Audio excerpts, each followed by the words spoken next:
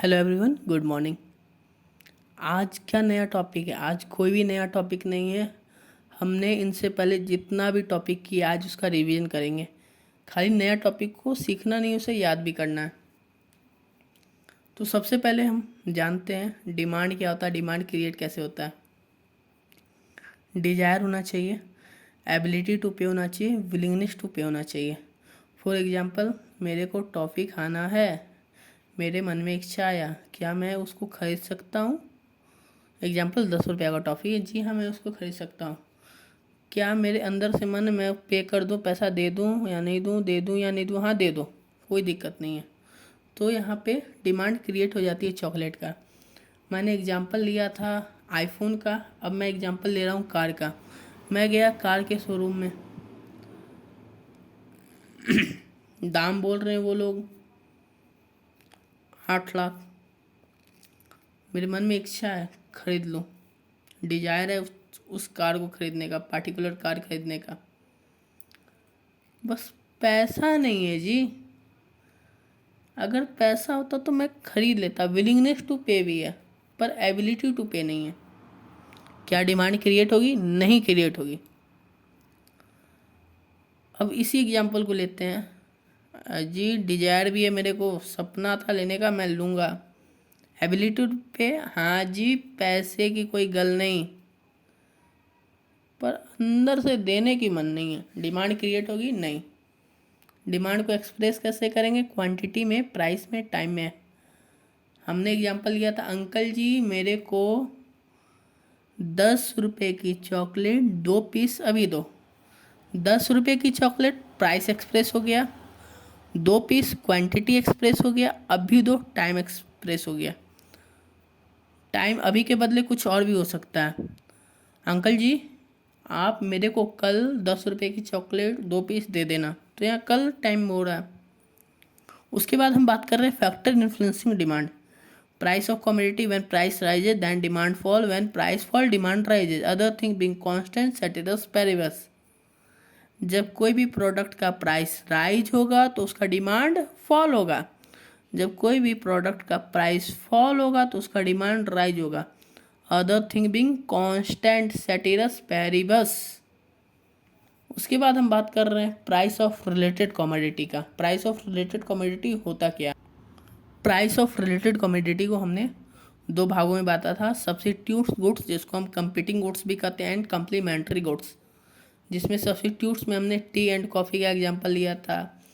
When आप देखिए coffee का अगर प्राइस इंक्रीज हो रहा है तो ओरिजिनल कमोडिटी का डिमांड इंक्रीज हो रहा है, अगर रिलेटेड कमोडिटी का प्राइस फॉल कर रहा है तो ओरिजिनल कमोडिटी का डिमांड फॉल कर रहा है। रिलेशन डायरेक्ट रिलेशनशिप है, बहुत अच्छे तरीके से समझाया गया था एग्जाम्पल के साथ में। यहाँ हम बात कर रहे हैं कॉम्प्लीमेंट्री गुड्स का। अगर इसका प्राइस फॉल करेगा तो इसका डिमांड राइज करेगा।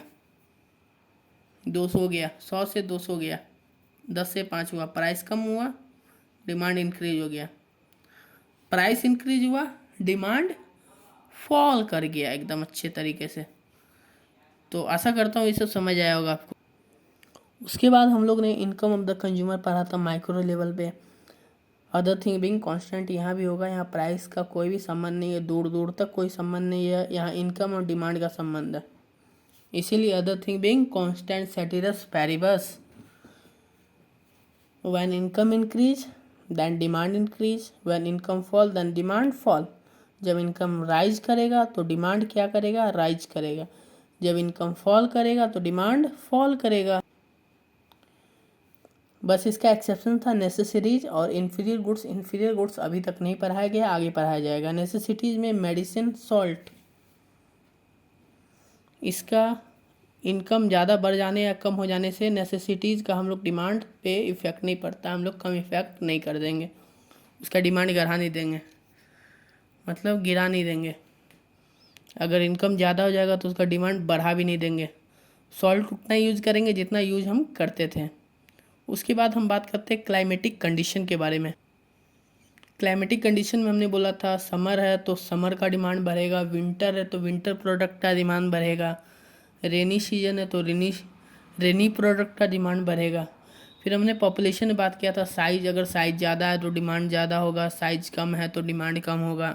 कंपोजिशन में एज, बच्चे हैं, बूढ़े हैं, जिस प्रकार के लोग हैं उस प्रकार का ही प्रोडक्ट का डिमांड इंक्रीज होगा। बूढ़े हैं तो बूढ़े सामान का प्रोडक्ट का डिमांड इंक्रीज होगा, ना कि बच्चों का खिलौनों का डिमांड इंक्रीज होगा। उसके बाद हमने बोला मेल है तो मेल प्रोडक्ट का डिमांड इंक्रीज होगा, फीमेल है तो फीमेल प्रोडक्ट का डिमांड इंक्रीज होगा। उसके बाद हमने कहा लोन वोन देने से, क्रेडिट फैसिलिटी प्रोवाइड करने से और इंटरेस्ट रेट से डिमांड पे असर पड़ता है। शादीशुदा होने से भी डिमांड पे इफ़ेक्ट पड़ता है। लेवल ऑफ एजुकेशन पे भी डिमांड पे इफ़ेक्ट पड़ता है।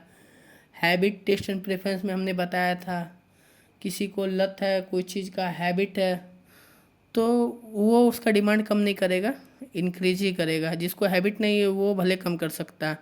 डेमोस्ट्रेशन इफेक्ट, जिसमें हमने डेमो के बारे में बताया था। बैंग वैगन इफेक्ट, देखा देखी करना। स्नॉब इफेक्ट भी वही है, देखा देखी करना एक दूसरे का। एप्पल का कार, एप्पल का वॉच तो मेरे को भी एप्पल का वॉच चाहिए। अरे मिसेज अस्मिता ने तो डायमंड की ज्वेलरी पहनी हुई है तो मेरे को भी डायमंड की ज्वेलरी चाहिए। अरे उसके पास ये कार है, मेरे को भी यही कार चाहिए। देखा देखी, मैं उससे कम हूँ क्या? वेबलिन इफेक्ट, अपने पर्सनैलिटी को मेंटेन करने के लिए वो महंगा प्रोडक्ट का यूज करना ही वेबलिन इफेक्ट होता है। जैसे हमने एग्जांपल लिया था मुकेश अंबानी का, वो नैनो कार यूज नहीं करेंगे, वो बहुत बड़े आदमी है तो बड़े कार यूज करेंगे अपने पर्सनैलिटी को मेंटेन करने के लिए। उसके बाद हमने बात किया था level of national income macro level पे, और income of consumer is the micro level. उसके बाद हमने बात किया था लॉ ऑफ डिमांड का डिफिनीशन दिया था हमारे पूज्य आल्फ्रेड मार्शल जी ने। Law of demand based on assumption, इनका यही कहना है, other thing being constant ceteris paribus vice versa. Vice versa मतलब इनवर्स रिलेशनशिप। जब प्राइस राइज करेगा डिमांड फॉल करेगा, जब प्राइस फॉल करेगा डिमांड राइज करेगा। When price rises then demand fall, when price fall then demand rises. Easy समझ आ रहा है? आशा करता हूँ समझ आ रहा होगा। प्राइस बढ़ने से डिमांड कम होता है। कोई भी प्रोडक्ट का आप प्राइस बढ़ा दीजिए, देखिए डिमांड उसका ज़रूर कम होगा। उसका एक्सेप्शन है, कोई भी प्रोडक्ट का नहीं। जैसे कि आप फॉर एग्जांपल ले लीजिए, आप ऑरेंज बेचिए, प्राइस बढ़ा देने से आप देखते हैं मार्केट में गए, मैंने एग्जांपल लिया था, प्राइस बढ़ गया तो ज़रूर उसका डिमांड कम होगा। सस्ती हो गई है तो लोग ज़्यादा खरीदते हैं, तो प्राइस फॉल होने से डिमांड क्या होता है? राइज होता है। इसका भी लॉ ऑफ डिमांड का एक्सेप्शन है, वो आगे की क्लास में पढ़ेंगे, अभी हम केवल रिवीजन कर रहे हैं। उसके बाद हम डिस्कस करेंगे individual demand and market demand. अब हम डिस्कस करने वाले individual demand and market demand. यहाँ पे हमने अमीर तो रखा था, यहाँ A1 A2 A3 A4 रखा था।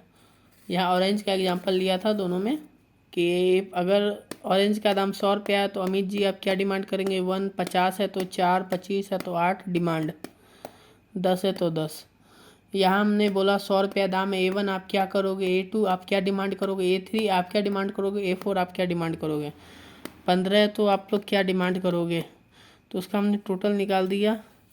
ये इंडिविजुअल डिमांड कर, ये मार्केट डिमांड कर हमने बना दिया। Downward sloping from left to right. आशा करता हूँ आप तमाम को ये वीडियो अच्छा लगा हो तो लाइक करो, और जिसको वीडियो का आपके फ्रेंड को ज़रूरत है तो शेयर कर दीजिए।